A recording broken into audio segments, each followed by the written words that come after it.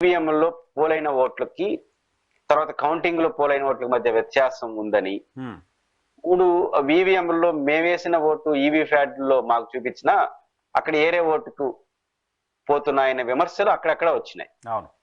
రెండు బయట వస్తున్న విమర్శలు ఏంటి? పరకాల ప్రభాకర్ లాంటి వాళ్ళు కూడా ఏమంటున్నారంటే, పోలింగ్ నమోదైన అంటే పోలింగ్ ఓటింగ్ జరిగిన రోజుకి కౌంటింగ్ జరిగిన రోజుకి మధ్య ఒక్కొక్క ప్రాంతంలో 6 నుంచి 12% వ్యత్యాసం ఉంది అంటాడు. అంటే ఇప్పుడు ఉదాహరణకి ఈ రోజు 50% ఓట్లు పోలైనట్టు వాళ్ళు చెప్తే, కౌంటింగ్ రోజుకి అది 10% కూడా ఉంది. కొన్ని అసెంబ్లీ సెగ్మెంట్ లో లక్షల ఓట్ల తేడా వచ్చేసింది ఒక్కొక్క సెగ్మెంట్ లో అని కూడా మాట్లాడాడు ఆయన. సరే, ఆయన ఒక మాట్లాడాడు. ఆల్రెడీ ఒక స్వచ్ఛంద సంస్థ ఆంధ్రప్రదేశ్ లోనే 49 లక్షల ఓట్లు తేడా వచ్చింది అన్నారు. అసలు తెలుగుదేశం, జనసేన, బీజేపీ కూటమికి జగన్ గారి మధ్య వ్యత్యాసమే దాదాపు 60 లక్షల లోపు. దాదాపు 50 లక్షల ఓట్లు తెలుగుదేశానికి వైసీపీ మధ్య ఓట్లు నేను అనేది మెజారిటీ. వీళ్ళకి 132 లక్షలు, 80 లక్షల దాకా వాళ్ళ కూటమికి వచ్చినట్టున్నాయి. అంటే ఈ తేడాగా నిజమైతే మొత్తం రివర్స్ అయిపోతుంది కదా ఫలితం.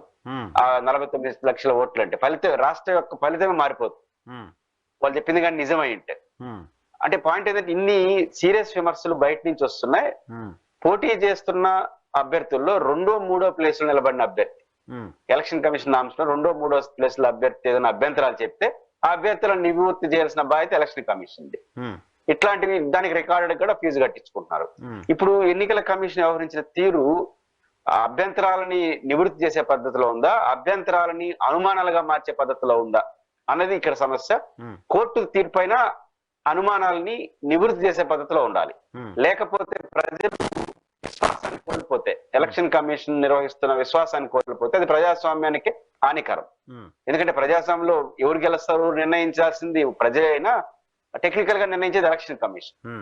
కాబట్టి ఇప్పుడు వాళ్ళు వ్యవహరించిన తీరు మాత్రం ఖచ్చితంగా అనుమానాలని నివృత్తి చేసే పద్ధతిలో ఉందా, పెద్ద చేసే పద్ధతిలో, బలపరిచే పద్ధతిలో వ్యవహరిస్తా ఉంది. ఎందుకంటున్నానంటే, పరిశీలన అంటే అర్థం ఏంటి? వాళ్ళే చెప్తున్నారు, డెమో ఇస్తున్నారు, మా ఈవీఎం బాగుందా లేదని. ఈవీఎం బాగలేదని నోడు అన్నాడు. ఈవీఎం లోపల బాగలేదని డెమో రాష్ట్రంలోని ప్రతి పోలింగ్ బూత్ లో ఎలక్షన్ రోజు జరిగిందే కదా. జరిగాయి. డెమో ఇచ్చే కదా జరిపారు. కొత్తగా మీరు ఇచ్చే డెమో ఏంటి? ప్రతి డెమో ఇచ్చే ప్రతి ఈవీఎం లో ఓట్లు ఒక 5ో 10ో వేయించుకొని కరెక్ట్ గా ఉందో చూసుకొని వేయించినారు. ఇప్పుడు అనుమానం వచ్చినప్పుడు ఏం చేయాలి? అనుమానాలకి సమాధానాలుగా ఏంటి అనుమానం? ఈవీఎం లో ప్రతి పోలైనటువంటి ప్రతి ఓటు కరెక్ట్ గా పోలైంది, నేను వేసిన ఓటుకే నా పార్టీకే వేశారు. దానికి నేను ఏదైతే ఈవీఎం ప్యాడ్లలో నేను చూసేది ఈవీఎం చూడను, ఈవీఎం లో ఓట్లు మాత్రమే చూస్తా. కానీ నేను ఎవరికి ఓటు వేసానో నాకు చూపించేది మాత్రం ఈవీ ప్యాడ్లే. అప్పుడు ఈవీ ప్యాడ్ల మీద నమ్మకం ఎక్కువ ఉంటుంది, నేను చూసింది దాన్నే.